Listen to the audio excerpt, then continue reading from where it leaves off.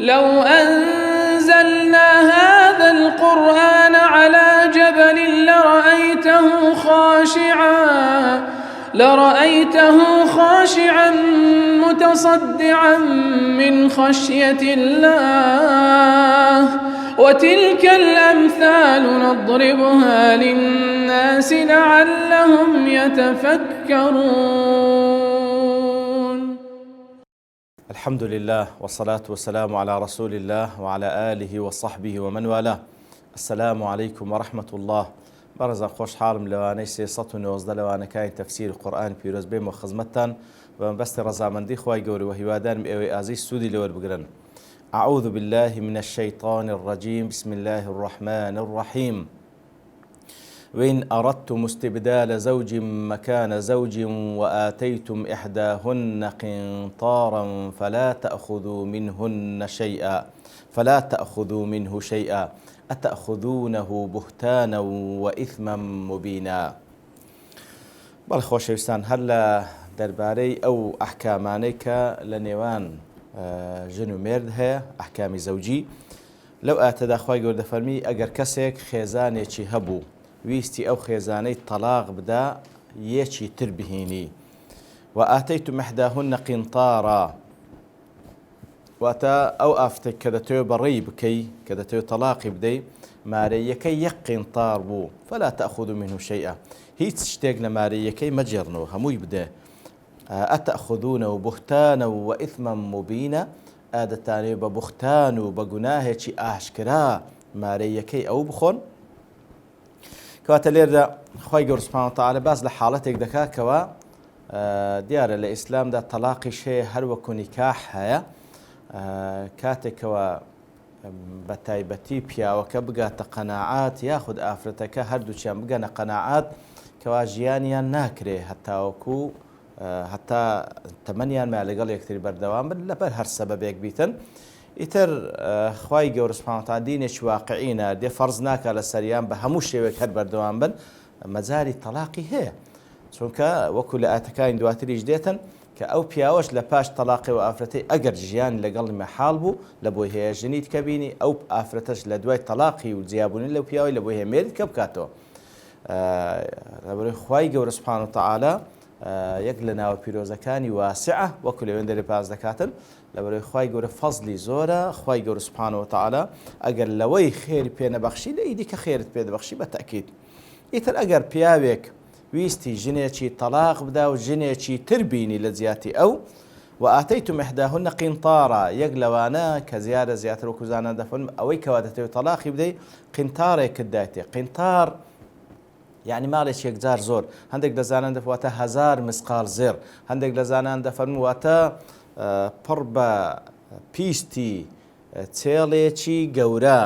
هەمووی زێر دابیتێ. ئەوجا ئایا سەوان لە مقدمەی مارەیی دایتێ یاخود وەکو مؤخرە لە بۆت دانایە؟ ئەگەر ویستت تەلاقی بدەی ئەوەی ئەگەر کە بڕیار بوو بیدەی قینطارێک بوو یاخود لە پێشەچی دابووتێ نابی لێی وەربگریەوە، ئەوەی کە نەشت دایتێ پێویستە بیدەیێ، نابی هیچی لێ بخۆی. وآتيتم إحداهن قنطارا فلا تأخذوا منه شيئا، نابی هیچی لێ بخۆی، نابی هیچی لێ بجێڕیەوە، نابی خیانەت بکەی لەگەڵ ئەو عەهد و پەیمان لە سەرەتادا دایتت بەوەی کەوا پابەند دەبی بەو مارەیە.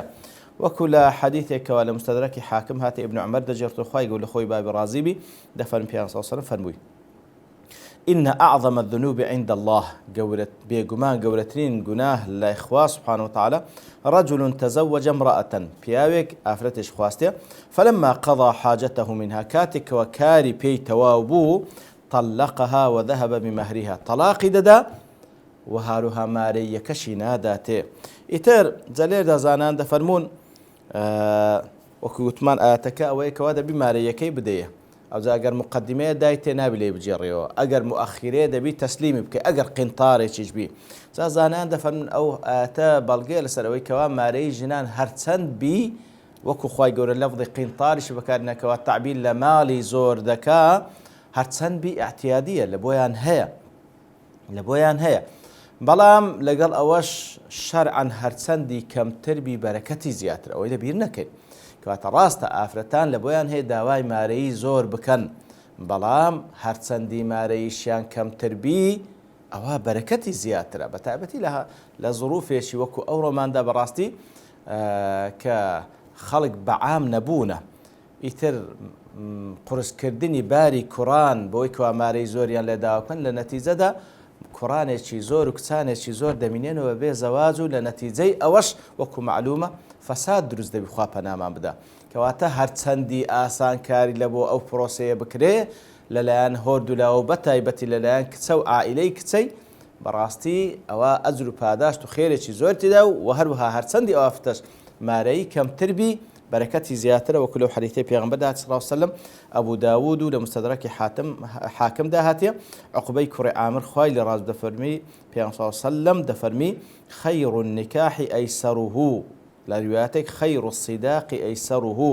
کەواتە دەفەرمی چاکترین نکاح و باشترین مارەی ئەوەیە کەوا سەهل بی کەواتە وەکو پێیان ساوسەلم دەفەرمی کاتێکەوە کەسێک هاتە لاتان یاخود هاتە داوای کچەکەتان هاتە داوای خوشکەکەتان تەرضەونە دینەه وەخولوقه ڕازی بوون لە دینی و لە خوڕەوشت و طەبیعاتی فەزەویجوو بیدەنێ کەواتە مەسەلە ئەگەر سیقەت پێ نییە هەموو دنیاش بکەیە مارەیی لە نەتیجەدا ژیانیان هەر تاڵ دەبی پێکەوە بەڵام ئەگەر سیقەت پێ حکم لەسەر زاهر دەکەی ئیشی مسلمانیش بە استخارە و ئیستشارەیە بە تایبەتی لە مەسئلەی زەواج ئیستخارە بەخوا دەکا ئیستخارە دەکا و وەکو پێم ساوسن فێری کردینەکەەوە هەموو کارێکی گرنگ کە دێتە پێشمان ئیستخارە بکەین ئەو دوورکات نوێژە دەکەین و وارو ئەو دوعا دەکەن اللهم ئەستەخیرک بعلمک واتە خۆت تەسلیمی خوا دەکەی وەکو معلومە دوعاەکەکەوە زۆر مهمە خۆت تەسلیمی خوا دەکەی خوا ئەگەر قسمەتەکە باشە یاخود خێری دنیا و قیامەت پێ خوا بیکەیە قسمەت ئەگەر ناخوایە نەیکەیە قسمەت کەواتە یەکەم شت استخارە دەکەی دووەم شت استشارە دەکەی واتە پرس بە خەڵکی دەکەی بەوانەیەکەوە دەیناسن پرسیان پێ دەکەی کەەوە ئەو عایلەیە کوونە فلانە کەس کووە فلانە کوڕکووە ئەو عایلەیە کووە ئیتر ئەوەندەش لەسەر ئینسانە ئەویت کە خۆی تەسلیمی خوا دەکا و بە پشتوانی خوای گەورەش وەکو پێ سەلم وەسفی دەکاتن ئەوەی کەەوە استخارە دەکا و استشارەکە نە پەشیمان دەبیتەوە نەفەشەلیش دەینی ئیتر مارەی زۆر عیلاج نییە نەخێر بەڵکو مارەی کەم دابنێ باری کوڕەش قورس مەکە و پێغەمبەر صلی الله علیه و سلم دەفەرمی بەرەکەت لەوەیدا کەوا مارەی کەم بی کەواتە ئەگەر کەسێک ژنێک تەلاق بدا ژنێش کە بینی ئەو ژنەی کە تەلاقیدا مارەیەکە ئەگەر قینتارێکیش بی دەبی بیداتێ بە هیچ شێوەیەک هیچی لێ کەم نەکاتەوە ئەتەخذونه بوهتانا وإثما مبینا ئادەتان بە بوختان و بە گوناهێکی ئاشکرا دەتانەوێ حەقی خێزانەکانتان بخۆن وەکو لە سەبەب نزولەکان کە باس کرایە دەفەرمی كان الرجل في الجاهلية إذا أراد التزويج بامرأة أخرى بهت التي تحته أي رماها بالفاحشة التي هي بريئة منها حتى يلجأ إلى أن تطلب الطلاق منه في نظير أن تترك له ما لها عليه من صداق أو غيره فنهى عن ذلك كواتە لە جاهلیەت وەکو لە ئەو تەفسیراندا هاتێ دەفەرمی کەسانێک ئەگەر بێویست بە خێزانی خۆی تەلاق بدا و یەکێشکە بخوازی چی دەکرد طبعا چاویشی لەوەی بووکەوە ئەو مارەیەی نەداتێ یعنی هەم تەلاقی بدا و مارەیەشی نەداتێ هەڵدەستا بوختانەش پێ دەکرد کە بوختانی پێ دەکرد تاوەکو لە نەتیجەدا ژنە بڵێ هیچم لێت ناوێ لەبەرەوەی وەکو لە ئاتکە پێشتر ئیلا ئەتین بفاحشة مبینە لە بۆت هەیە داوا لە خێزانەکەت بکەیت نابی مارەیە دووەرگ لەبەرەوەی ئەگەر فاحشەیەکی ئەنجام دابی حەقی خۆیتی لەو حاڵەتەی ئیتر ئەو پیاوە کە حەزی لێ بۆ ئەو ژنێ تەلاق بدا بوختانێکی پێ دەکرد لە مقابلیشدا تەلاقی نەتدا هەتاوەکو ئەو ژنە دەبی هەموو مارەیەکەی خۆی بەجێ هێشت بە ئەوجە تەلاقی دەدا ئیتر لۆی خوای گەورە دەفەرمێ ئادەتانەوەی مارەیی خێزانەکانتان بخۆن بە بوختان و بە گوناهی ئاشکرا دیارە بوختانیش هو الكذب الذي يدهش ويحير لفظاعته بختان عاتم بدرويك دغوتري بختان ياخذ بهتان بلفظ عربيكي الذي يدهش ويحير لفظاعته واتا كسك جويلبي محير دبيش تشي زور عجيبه زور دور الى راسي ويطلق على كل امر كاذب يتحير العقل في ادراك سببه او لا يعرف مبررا لوقوعه يعني دروي شواي كسك ديكاتن مقابل محير دباش لو دروي كدي او كسا كمن يعتدي على الناس ويتقول عليهم الأقاويل يعني كسيك تعدى لخلطشي بكاو أو زدروش على سر هالبستي مع أنه ليست هناك عداوة سابقة بينه وبينهم يعني لو يجي جاي سر صرمان خو هز لبيني تو فلان كزني كاكلو بختاني بيدكي كواتا بختان أو دروية كوا مقابل بابلین محەیر دەبی لە بەرامبەری نازانی لەبەر چی وای کردێ ئەوە بوختان ئایا دەتانەوێ مارەی خێزانەکانتان بخۆن بە بوختان واتە لەو کاتێکەوە بوختانیان پێ دەکەن درۆیەکی وایەکەوە زۆر دوورە لە ڕاستی و ئیثمەن مبینە و بە گوناهێکی زۆر ئاشکرایە ئەنجامی دەدەن وكيف تأخذونه بە چ شێوەیەک ئەو مارەیەی دەخۆن و نایدەنێ وقد أفضى بعضكم إلى بعض لە کاتێکدا خوای گەورە بە بیریان دەینەوە ڕاستە دەتەوێت تەلاقی بدەیت ئێستا دەتانەوێت لێک جودا بنەوە بەڵام خوای گەورە دەفەرمێت قد أفضى بعضكم إلى بعض أفضى لە فەضاوە هاتیە واتە فەضا چییە الذي هو السعة فراوانی کەواتە أفضى بعضكم إلى بعض لە لای لوغەتەوە کوتمان لە سعە و لە فراوانی هاتێواتە لە بەینی توو خێزانەکەت ڕۆژێک لە ڕۆژان کە هاوسەری یەکتری بوون هیچ فەضا لە نێوانتان نەما واتە هیچ مەسافەیەک لە نێوانتان نەبوو کەواتە هەندێک نزیک بوون ژن و پیاو ئەوەی کە خوای گەورە لە یەکتریانی حەڵال کردێ هەندێک نزیک دەبن وەکو هیچ دوو کەسێکی دیکە لە یەک نزیک نین یعنی ئەوەی کە ئەوان لێک نزیکن ئەوەی ئەوان تێکەڵ دەبن هیچ لەگەڵ هیچ کەسێکی دیکە ئەو ژنە یاخەد ئەو پیاوە لەگەڵ داکوبابی خۆی لەگەڵ خوشک و برای خۆی ئەوەندە لێک نزیکە هیچ لە بینیان نامینێ خوا حەڵالی کردێ سوبحانە وتەعالا کاتە ئەوەی لەبیر مەکەن کە ئەنگۆ ڕۆژێک لە ڕۆژان کو ئەو مارەیەی نادەی لە کاتێکدا کە ڕۆژێک لە ڕۆژان هیچ مەسافەیەک لە بینتان نەما بوو ئەوها تێکەڵی یەکتری ببوون وقد أفضى بعضكم إلى بعض ئەو هەم لە ئەسرار هەم لە تێکەڵایی و جەستەیی کاتە ئەوەت لە بیر بی هەنی ئینسان بەڕاستی لە خۆشی و ناخۆشی دائیمەن شتێک تێدا بهێڵتەوە وەکو لە حەدیثەکەی پێغەمبەر هاتەیە صلی الله عليه وسلم أحبب حبيبك هونا ما عسى أن يكون بغيضك يوما ما أبغض بغيضك هونا ما عسى أن يكون حبيبك يوما ما کەواتە ئینسان لە خۆشی و ناخۆشی شتێک تێدا بهێڵتەوە لە خۆشەویستی شتێک تێدا بهێڵتەوە نەخۆ ڕۆژێک لە ڕۆژان ڕقی لێ بیتەوە لە ڕق لێبوونەوە شتێک تێدا بهێڵتەوە نەخۆ ڕۆژێک لە ڕۆژان پەشمان بیتەوە خۆشی بوێتەوە کەواتە لەبیرتان بی ئەگەر چی ئێستاش دەتەوێت تەلاقی بدەیت ڕۆژێک لە ڕۆژان أفضى بعضكم إلى بعض تێکەڵاوی یەکتر بوون مەسافە لە بینتان نەما بوو وأخذن منكم ميثاقا غليظا وهروها كو پارەی ئەوان دەخۆن کو مارەی یەکەی دەخۆن لە کاتێکدا عەهد و پەیمانێکی قورسیان لەنگۆ وەرگرتیە عەهد و پەیمان عەهدەن غەلیظا میثاقا غەلیظا میثاق ئەو عەهد و پەیمانەیەکەوە بوثاق بحبل بەسترایتەوە زۆر بە توندی ئەوە تعبیر لە عەهد و پەیمانێکی زۆر توندەکە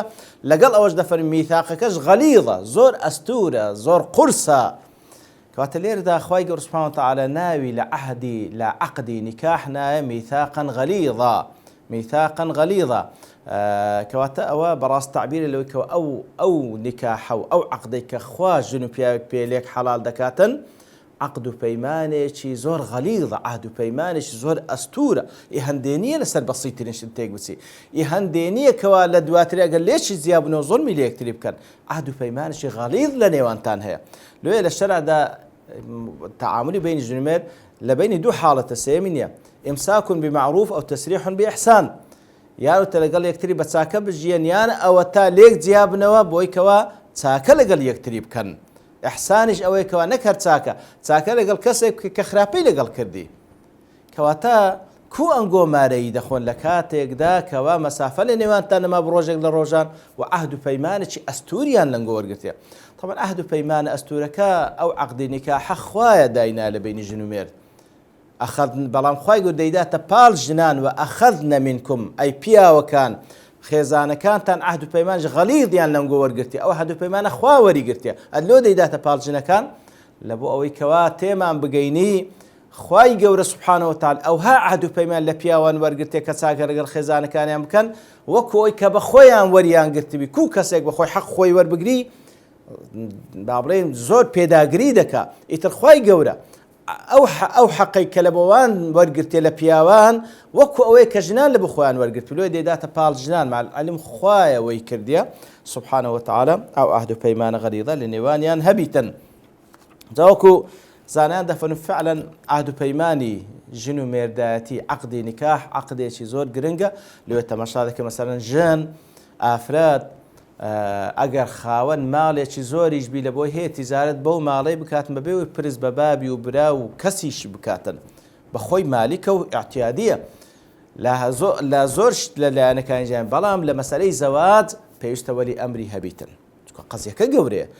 لۆیە زەواج بەبێ وەلی ئەمر نابی پێویستە شاهێد لەسەر عەقدەکەی هەبی قەزیەکە گەورەیە و هەروەها لە حالەتی تەلاقیش تەماشا دەکەی پیا و پێویستە هەموو احتیاطات وەربگری ئەو هەموو احتیاطاتانە وەرگیرە خوای گەورە سوبحانەهو وتەعالا لە بۆی کەوا ئەگەر ناکۆچی لە نێوان ژن و پیا و هەبوو چەندین خوتوە هەیە لە نێوانیان پیادەی دەکەن چەندین خوتوە هەیە لە نێوان پێشەوە بگات حەدی تەلاق کەوا گەیشتە حەد تەلاقیش پێویستە لە کاتی ئەوەی کەوا لە بێنوێژیە تەلاق نەدرێ پێویستەوەی کەوا ئەگەر لە حالتەکی خاوێنیش بەڵام چوویتە لای تەلاق ئیتر چەندین احتیاطات هەیە سێ جاریش تەلاقە نەک یەک جاربی تەلاق کەواتە بەڕاستی لەبەرەوەی عەهدێکی غەلیظە خوای گەورە زۆر بە قورس باسی کردیە پێویستە موسڵمانانیش لە ژن و لە پیاوان بەو شێوەی تەماشای عەقدی زەواج بکەن کەوا عەهدێکی غەلیظە بە شتێکی پیرۆز تەماشای بکەن حەق و حقوقێکی زۆری تێدا ئەوها بە بەسیتی لەسەر بەسیتترین شت تێکی نەدەن لە خوای گەورە داواکارین بەو شێوەی لە ئاەتەکانی خوای گەورە تێبگەین کە خوای گەورە مەبەستیتی وامان لێ بکە پیادەی بکەین لە ژیانی خۆمان تاوەکو بەختەوەری دنیا و قیامەت بین وصلى الله وسلم على نبينا محمد وعلى آله وصحبه أجمعين وآخر دعوانا أن الحمد لله رب العالمين. لو أنزلنا هذا القرآن على جبل لرأيته خاشعا متصدعا من خشية الله وتلك الأمثال نضربها للناس لعلهم يتفكرون